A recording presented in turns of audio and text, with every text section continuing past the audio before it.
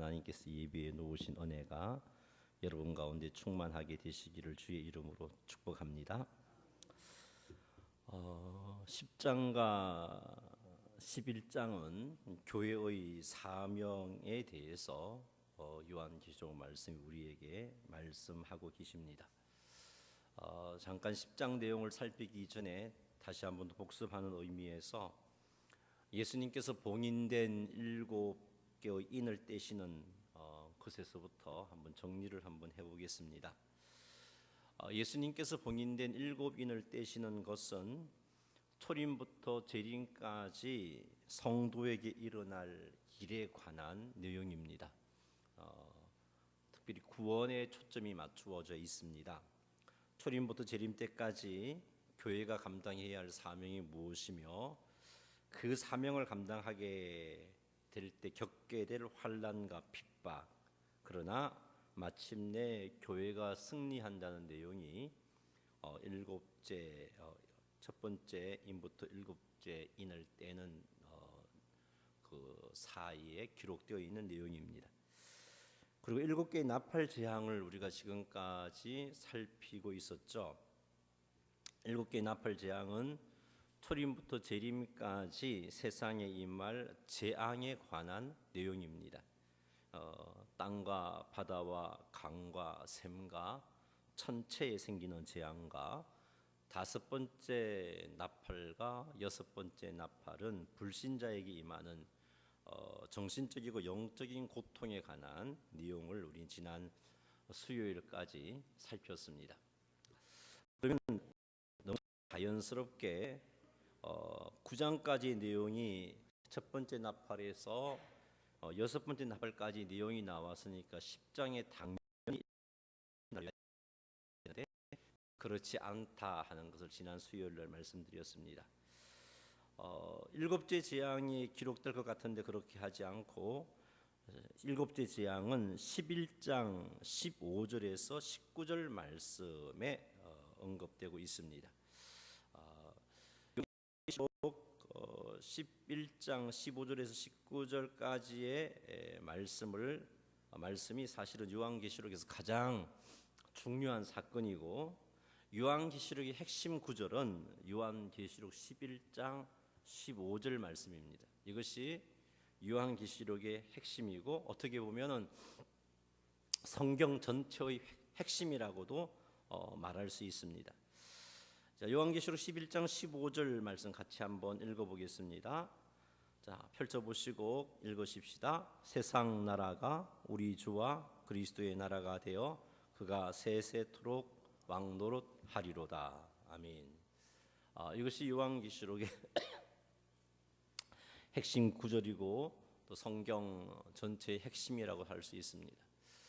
아담과 하와가 타락하여 범죄함으로 사단이 다스렸던 이 세상이 결국은 우리 주와 그리스도의 나라로 회복되어진다는 주제가 성경의 주제고, 요한계시록 11장 15절이 그 핵심이라고 할 수 있습니다.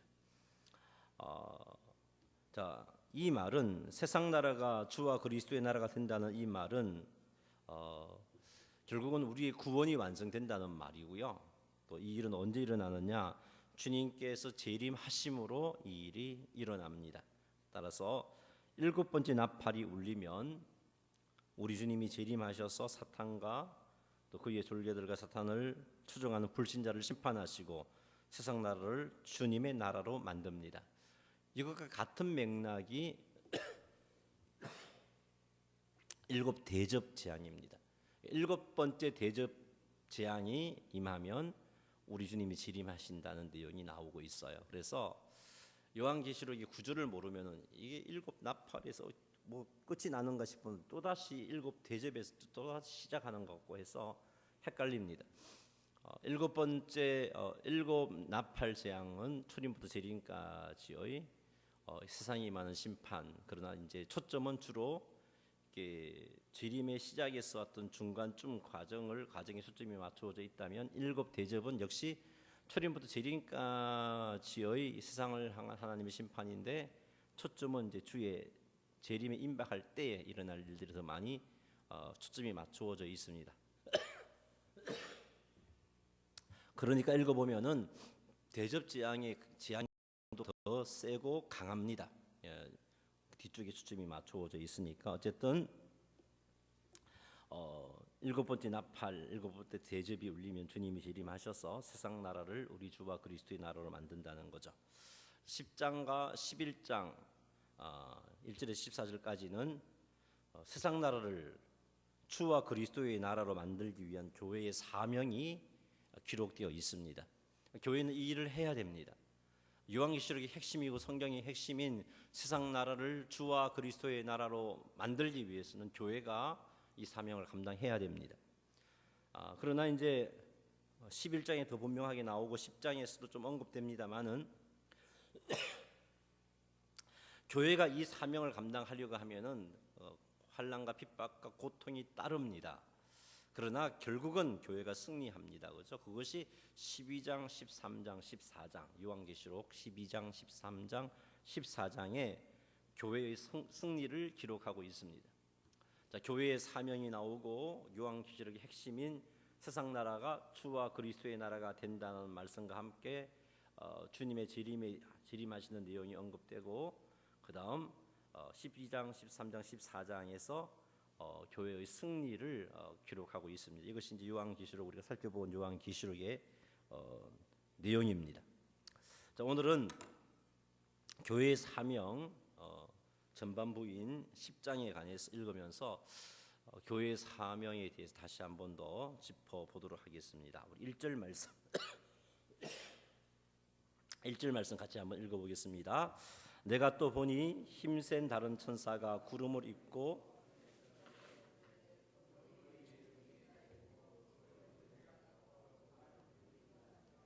아멘. 내가 또 보니 이 말은 요한이 또 다른 환상을 봤다는 겁니다.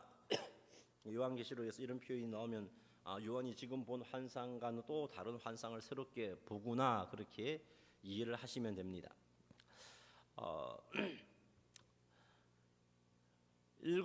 여섯 번째 나팔 재앙에 관한 내용들이 이제 9장 뒷부분에서 언급되고 나서 이제 일곱 번째가 나올 줄 알았는데 보니까 다른 내용이 나왔죠. 그 환상의 내용을 보니까 힘센 다른 천사가 구름을 입고 하늘에서 내려오는 것을 요한이 봅니다.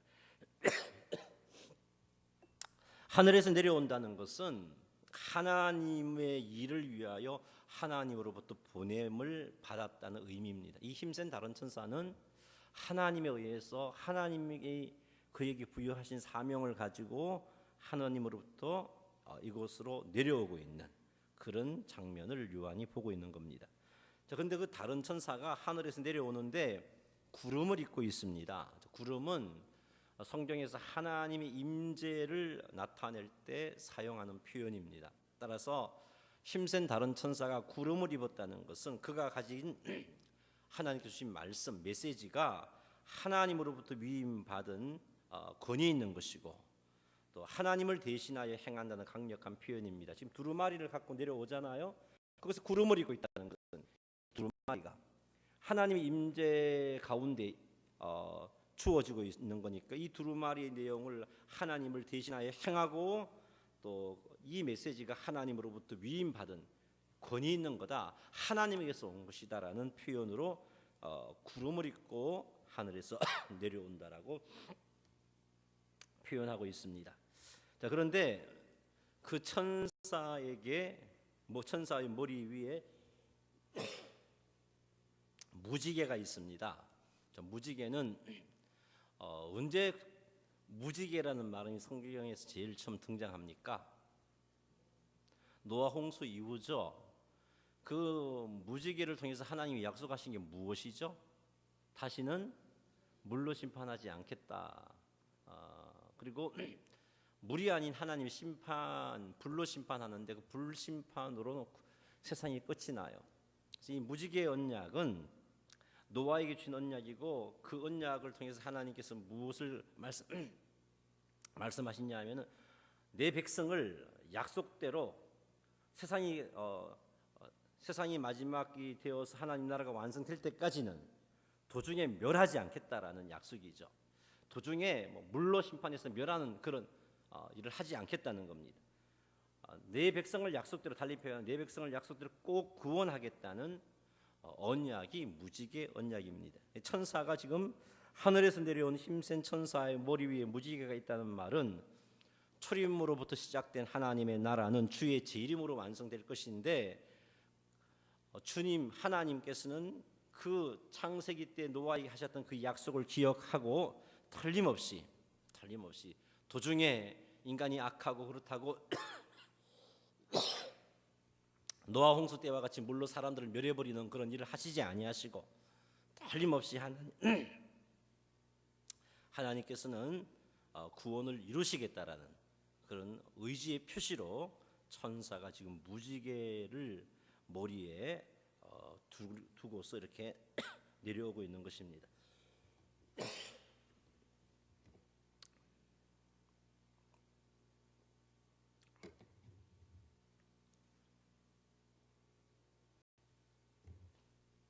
자, 그런데 천사의 얼굴이 해같고 발이 불기둥 같다라는 표현이 있습니다. 요한계시록에서 이런 표현이 한번 앞에 나왔었죠. 주님의 모습을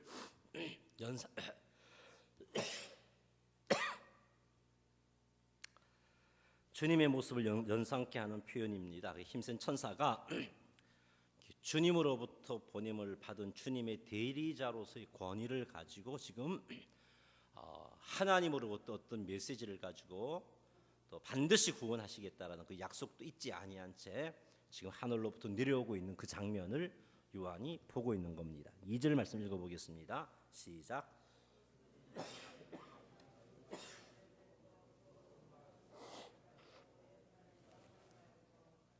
아멘. 힘센 천사는 펴놓은 작은 두루마리를 들고 있습니다. 자, 이 두루마리는 사실은 예수님이 성부 하나님에게서 받기 전에는 인이 다 쳐져 있었습니다. 근데 이제 그 인을 떼셨어요. 예수님이. 그래서 두루마리가 펼쳐져 있습니다. 그 두루마리의 내용은 무슨 내용이냐? 택하신 자를 결국은 구원하신다는 내용이죠. 인을 떼시면서 그 내용을 우리에게 언급해 주시죠. 첫 번째 인, 두 번째 인, 세 번째 인, 네 번째 인을 떼시면서 결국은 그 두루마리의 내용이 내가 반드시 구원해낸다. 택하신 자를 반드시 구원해낸다라는 내용이 거기에 기록되어 있었습니다. 이 두루마리를 손에 든 천사가 2절에 보니까 그 발은 바다에 오른발은 바다를 밟고 왼발은 땅을 밟고 이렇게 서 있습니다. 이 말은 천사가 가진 두루마리의 내용이 온 세상에 미치는 말씀이라는 겁니다. 바다에서 땅 끝까지 온 세상 이 두루마리의 말씀이 온 세상에 미치는 하나님의 구원의 말씀이다라는 의미로 2절과 같이 표현하고 있습니다. 3절 한번 읽어보겠습니다. 사자가 부르짖는 것 같이 큰 소리로 외치니 그가 외칠 때에 7 우레가 그 소리를 내어 말하더라. 자, 그 내용을 그림을 환상을 좀 머리를 한번 그려보십시오. 손에는 펴놓은 두루마리를 들고 오른발은 바다를 밟고 왼발은 땅을 밟고 선 천사가 큰 소리로 마치 사자가 포효하듯이 사자가 부르짖는 것 같이 큰 소리로 외쳤습니다. 이 사자가 큰 소리로 부르짖는 것 같이 포효했다는 것은 이 두 마리의 메시지가 그만큼 중요하다는 것이고 또 구원받지 못할 자들에 대한 주님의 안타까운 마음의 표현이기도 했습니다. 그리고 엄청나게 사자가 부르짖는 같은 소리가 이 바다와 땅을 밟고 있는 두루마리를 들고 있는 힘센 천사 머리에는 무지개가 있는 하나님께서 그 언약을 잊지 아니하신 마치 예수님에게서 보냄을 받은 것 같은 그런 모습으로 와서 그게 큰 소리로 부르짖는 모습을 생각하십시오. 그러자 어떤 일이 일어났습니까? 그가 외칠 때에 7 우레가 그 소리를 내어 말하더라. 7 우레가 소리를 내어 말했습니다. 자, 여기서 7 우레는 성령 하나님을 의미합니다. 성령께서 그 천사가 사자가 포효하는 소리로 부르짖으니까 그것에 그것에 그 소리가 나올 때 성령께서 그 소리를 내어 말씀하시는데 4절 보겠습니다. 일곱 우레가 말을 할 때 내가 기록하려고 하다가 곧 들으니 하늘에서 소리가 나서 말하기를 일곱 우레가 말한 것은 임봉하고 기록하지 말라 하더라. 자, 일곱 우레가 지금 말하려고 했어요. 아니, 말을 했습니다. 성령께서 지금 말씀하셨다는 거죠. 성령께서 요한에게 앞으로 일어날 하나님의 뜻에 대해서 어떤 일이 있을 것인가에 대해서 지금 말씀을 하셨고, 요한은 그 말씀을 듣고 기록하려고 했습니다. 그런데 하늘에서 소리가 나서 말하기를 일곱 우레가 말한 것은 임봉하고 기록하지 말라 했습니다. 봉인을 해버렸어요. 기록하지 못하게 했습니다. 그러므로 우리는 이 일곱 우레가 말한 내용을 알 도리가 없어요. 이 말은 하나님이 감추어 버렸어요. 요한만 알게 하셨고 감추었어요. 이 말이 무엇일까? 궁금해하면서 연구해본들 우리는 이 말을 알 수가 없어요. 하나님이 봉인해버린 것이기 때문에. 자, 성령 하나님께서 이렇게 요한에게 깨닫게 하신 말씀이었고, 근데 그 성령께서 요한에게 깨닫게 한 말씀을 요한은 기록으로 남겨서 교인들에게 전해줘야 되는가 싶어서 기록을 하려고 했는데 하나님께서는 막으신 거죠. 자, 이것을 통해서 우리가 알 수 있는 것은 하나님께서 어떤 말씀을 요한에게 주셨지만 어떤 말씀은 전해서 알려주어야 할 말씀이 있고, 어떤 말씀은 개인이 그냥 깨닫고 간직해야 하는 말씀이 있구나 하는 것을 알 수 있습니다. 하나님께 택함을 받고 보냄을 받는 요한에게 그런 모습이 나타났습니다. 우리도 마찬가지죠. 하나님께서 우리를 하나님의 은혜 가운데 이런 체험도 하게 하시고 저런 체험도 하게 하십니다. 그런데 참 잘못된 모습 가운데 하나가 무엇이냐 하면은 개인적으로 하나님께서 나의 어떤 신앙의 성숙을 위해서 개인적으로 준 체험들이 있습니다. 그런데 이것이 마치 특별한 것이냐, 이것을 드러내고서 어느 영적인 수준이 나 같은 수준에 이르려면 너희들도 이런 체험을 해야 한다는 그 체험을 일반화시켜버리고 그렇게 행동하는 것은 결코 하나님께서 원하시는 모습이 아닙니다. 개인적인 체험이 있을 수 있습니다. 그러나 그 개인적인 체험은 감사하면서 여러분만 간직하시면 되는 거예요. 그것을 통해서 예를 들어서 그 내용이 성경 전체 흐름과도 일치하고, 또 여러분들이 그 개인적인 체험을 통해서 또 하나님 주시는 거룩한 뜻이 이것을 좀 이렇게 간증도 하고 하기를 원하는 것이라면은 뭐 그렇게 하셔도 됩니다만은, 그러나 그렇지 않고 여러분의 개인적으로 주신 은혜에 대해서는 그건 개인적으로 간직하면 되는 것입니다. 주님이 공개하신 것, 주님이 부탁하신 말씀만 성도들은 전하면 되는 거고, 개인적으로 주신 것은 하나님 주신 은혜에 대해서 기억하고 감사하면 되는 것입니다. 지금 요한계시록 10장 4절에서는 하나님께서 요한에게 개인적으로 성령께서 말씀하고 그것을 기록하려고 하니까 임봉하고 기록하시 말하셨습니다. 자, 5절 6절 읽어보겠습니다. 시작.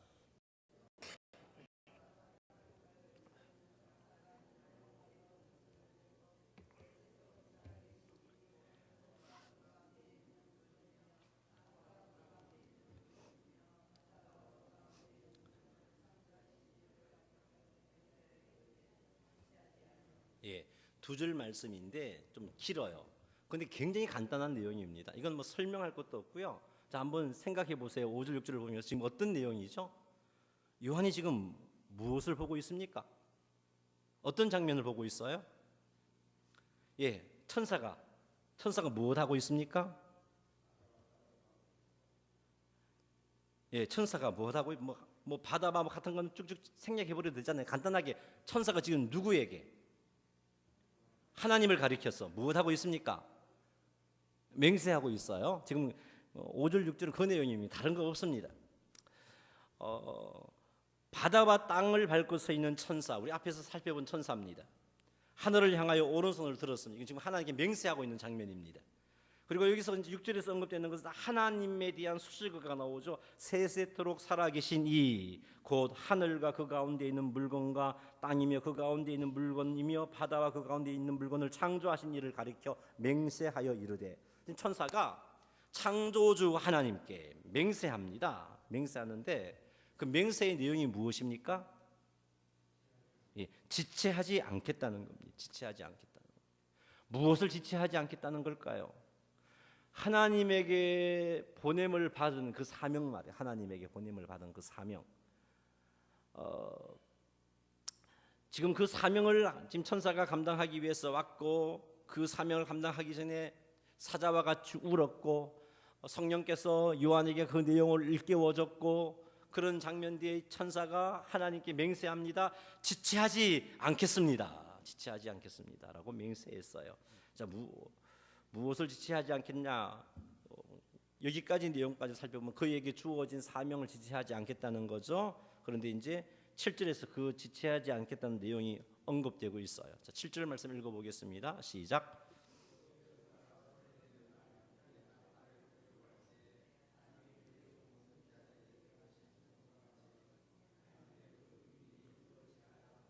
아멘. 지금 7절은요, 이것을 지체하지 않겠다라는 힘센 천사의 맹세의 내용입니다. 7 천사가 뭐 하고 있는 그런 장면을 보고 있는 게 아니고, 7째 천사가 소리 내는 그런 장면을 요한이 본 게 아니고, 이 7절은 힘센 천사가 오른손을 듣고 하늘에 하나님께 맹세하는 내용이 이겁니다. 어떤 내용이죠? 종합적으로 간단하게 정리한다면 하나님의 그 비밀이 이루어지리라. 하나님의 비밀이 이루어지리라. 이것을 내가 지체하지 않고 하겠습니다라고 이 천사가 하나님께 맹세하고 있는 겁니다. 그런데 이 하나님의 비밀이 이루어지는 때가 언제 있냐? 7째 천사가 소리 내는 날. 7째 천사는 7번째 나팔을 가진 천사가 소리 내는 날이죠. 그때는 주님이 재림하실 날이죠. 7째 천사가 소리 내는 날, 그의 나팔을 불려고 할 때에, 7번째 나팔이 울려 퍼지려고 할 때에, 찬송가도 나팔 불 때 나의 일은, 그런 찬송이 여기서 나왔어요. 이미지가 이 천사가 나팔을 불면 어떤 일이 일어납니까? 마지막 재앙이 임하고 주님이 재림하신단 말이죠. 그때에 하나님이 그의 종 선지자들이 하신 복음과 같이, 간단하게 말하면 이 7 천사가 나팔을 불려고 할 그때에 하나님이 약속하신 복음처럼 하나님의 그 비밀이 이루어지리라. 이것을 지체하지 않겠다는 거죠. 이게 하나님의 비밀은 무엇입니까? 예수 그리스도를 통한 인류의 구원, 그리고 그 구원은 그리스도의 재림으로 완성되는 것이 하나님의 비밀입니다. 이것이 감추어졌는데 드러나 버렸어요. 그래서 우리는 알고 있습니다. 이 일을 지체하지 않겠다는 거죠. 이 7절 말씀을 볼 때 이 일이 언제, 하나님의 비밀이 언제 이루어지는가? 7번째 나팔이 울려 퍼지고 나면은 주님이 재림하심으로 이루어진다는 것을 알 수 있습니다. 이것을 지체하지 않겠다는 겁니다. 지금 하나님은요, 이 일을 위해서 열심히 일하고 계시고, 하나님이 이 일을 위해서 천사를 동원하시고, 이 일을 위해서 성령께서 역사하시고, 교회를 통하여 껴있는 성도를 통하여 이 일을 하고 있습니다. 지체하지 않겠다고. 이 일을 이루기 위해서 교회가 해야 할 일이 있는데, 이 일을 이루기 위해서 교회가 해야 할 일, 하나님 복음과 같이 하나님의 그 비밀이 이루어지리라 그랬는데, 하나님의 그 비밀이 이루어지려면 교회가 해야 할 일이 있습니다. 그것이 무엇인지 계속해서 한번 살펴보도록 하겠습니다. 8절 말씀 읽어보겠습니다. 시작.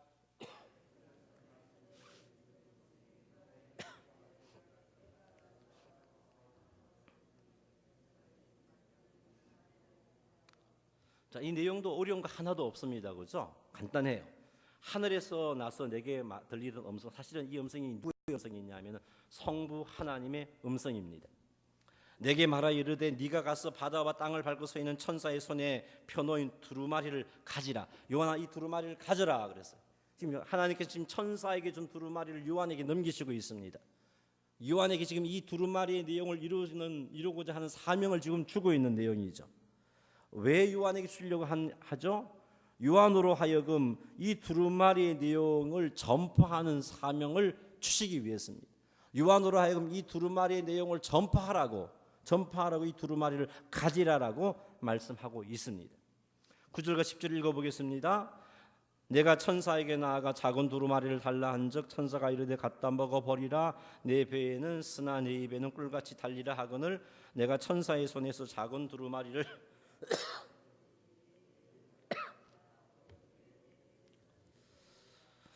자, 그 음성, 하나님의 음성을 쫓아서 요한은 바다와 땅을 밟고 있는 힘센 그 천사에게 다가가서 말합니다. 두루마리를 달라고 말했습니다. 그러자 그 천사가 말하죠. 갖다 먹어버리라. 그러면서 하는 말이 내 배에는 쓰나 내 입에는 꿀같이 달리라라고 말합니다. 두루마리를 먹으면 꿀같이 달다라고 말하고 있습니다. 입에서 말이죠. 그것은 하나님의 말씀을 통한 풍성한 은혜가 임한다는 것을 의미합니다. 하나님의 구원의 계획을 알게 될 것이고 그것을 알게 되니까 얼마나 은혜가 넘치는지 이 두루마리의 내용을 시하게 되면 하나님의 은혜에 대한 감사와 감격과 은혜 충만함으로 비롯한 성령 충만한 역사까지 언급하겠죠.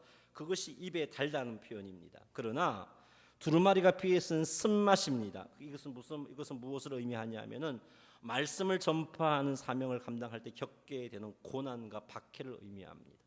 입에서는 달고 은혜롭습니다. 그러나 하나님은 이 은혜와 함께 우리에게 은혜를 주시는 이유는 뭐죠? 고난도 함께 받기 위해서이죠. 교회가 이 사명을 감당해야 됩니다. 지체하지 아니하리라고 힘센 천사가 하나님께 맹세했습니다. 그건 구원의 완성에 대한 맹세이죠. 이 일을 위해서 이제 하나님께서 요한에게 두루마리를 주시는 거예요.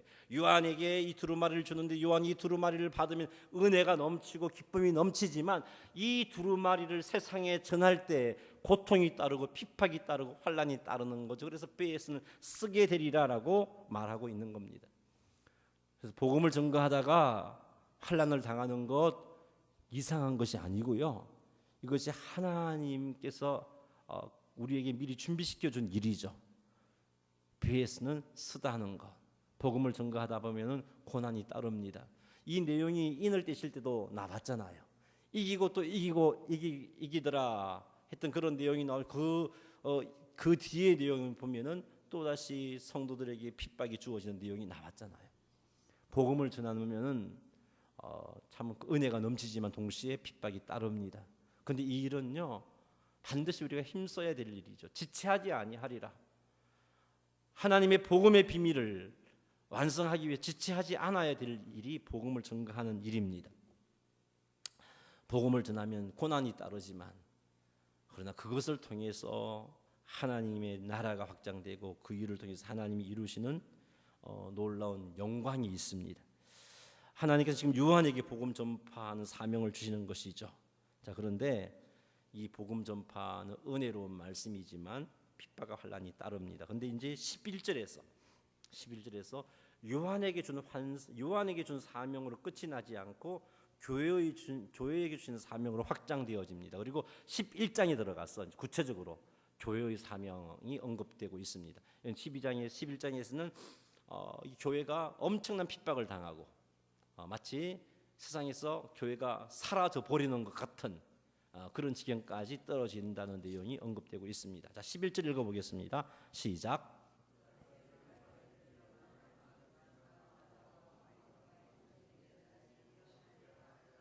아멘.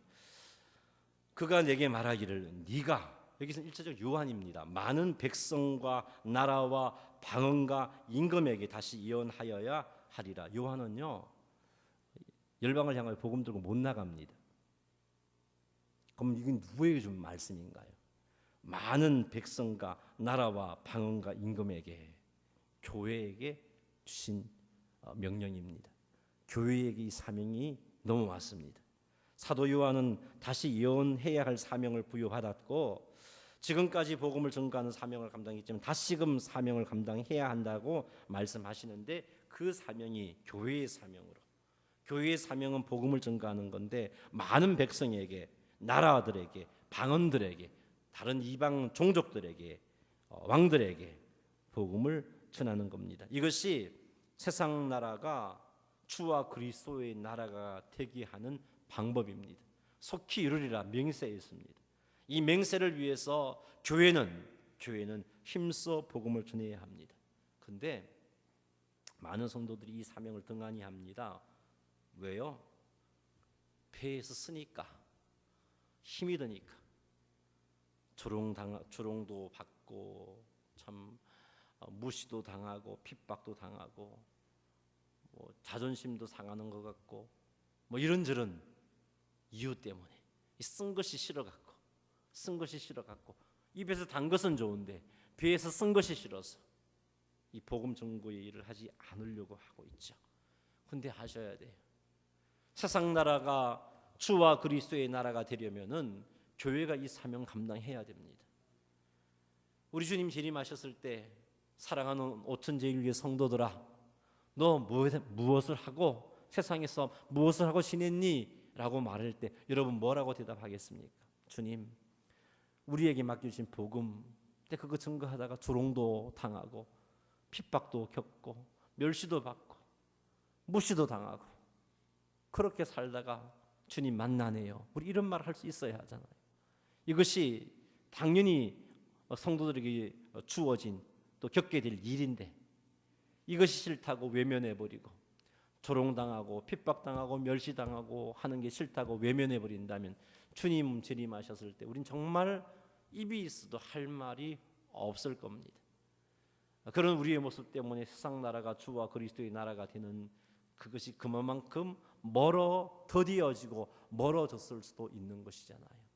사랑하는 성도 여러분, 복음 전가하는 이 일은요 7번째 나팔이 울려 퍼질 때까지 우리가 해야 할 일입니다. 7 대접 재앙이 쏟아질 때까지 우리가 해야 할 일입니다. 세상을 향하여서 세상은 그런 성도들 때문에 괴로워합니다. 세상은 그런 성도들을 미워합니다. 자꾸 자기들이 양심을 찌르고 하나님 살아계시다 그러고 그렇게 살아서는 지옥 간다 그러니까 세상은 싫어해요. 싫어하다가 정점에 이르면 똘똘 뭉쳐서 교회를 핍박하게 됩니다. 그래도 해야 합니다.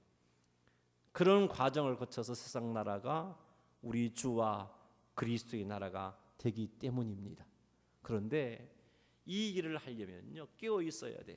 이 일을 하려면 마지막 때에 대한 하나님의 계획을 알고 있어야 되고 이 일을 하려면 요한계시록 말씀을 잘 알고 있어야 돼요. 이 말씀을 읽고 듣고 그 가운데 기록된 말씀대로 지켜 행하는 모습들이 있어야 우리가 이 사명 감당합니다. 핍박이 와도 복음을 전거할 수 있습니다. 깨어있지 못하면 못합니다. 세상에 취하여 자고 있으면요 입으로는 주여 주여 하는데 내 삶은 세상 사람과 똑같습니다. 세상에 취하여 자고 있으면요 입에 달아서 좋긴 좋은데 배에 산 그것이 싫어서 하나님께서 내게 주신 사명에서 자꾸 외면하고 멀어지고 엉뚱한 곳에서 방황하기 시작합니다. 사랑하는 성도 여러분, 우리 깨어 있어야 돼요. 작년보다 2017년도는 그만큼 주님 오실 날이 가까워졌어요. 그리고 우리는 그런 의식을 가지고 깨어 있어야 합니다. 깨어 기도해야 되고 말씀을 가까이 해야 되고 무장하고 있어야 돼요. 말씀으로 무장하고 있어야 교회의 사명을 제대로 감당하고 세상 나라를 우리 주와 그리스도의 나라가 되게 하는 이 일을 위해서 비록 배에는 쓰지만 입에 단 이 두루마리를 취하여서 열방을 향하여서 민족을 향하여서 방언을 향하여서 임금들을 향하여서 복음을 전가하는 사명을 감당할 수 있습니다. 이것이 나의 사명이고 이것이 우리의 사명이요 이것이 교회의 사명입니다. 그래서 주님께서는요 성천하기 직전에 너희는 가서 모든 민족으로 제자를 삼고 아버지와 아들과 성령의 이름으로 세례를 주고 내가 너희에게 분부한 모든 것을 가르쳐 지키게 하라라고 명령하신 거잖아요. 모든 민족에게 가서 복음을 전거하라. 우리 주님의 명령입니다. 그 명령을 기억하면서 힘을 다하여 복음을 전거하고 힘들고 어려워도 서로 그것 때문에 인간관계가 깨어진다 할지라도 주님 주신 지혜를 쫓아서 같이 지혜롭고 비둘기같이 순결하게 복음을 들고 세상으로 나아가는 여러분 이웃과 친구와 가족들에게 나아가는 삶에 헌신하시기를 주님의 이름으로 축원합니다.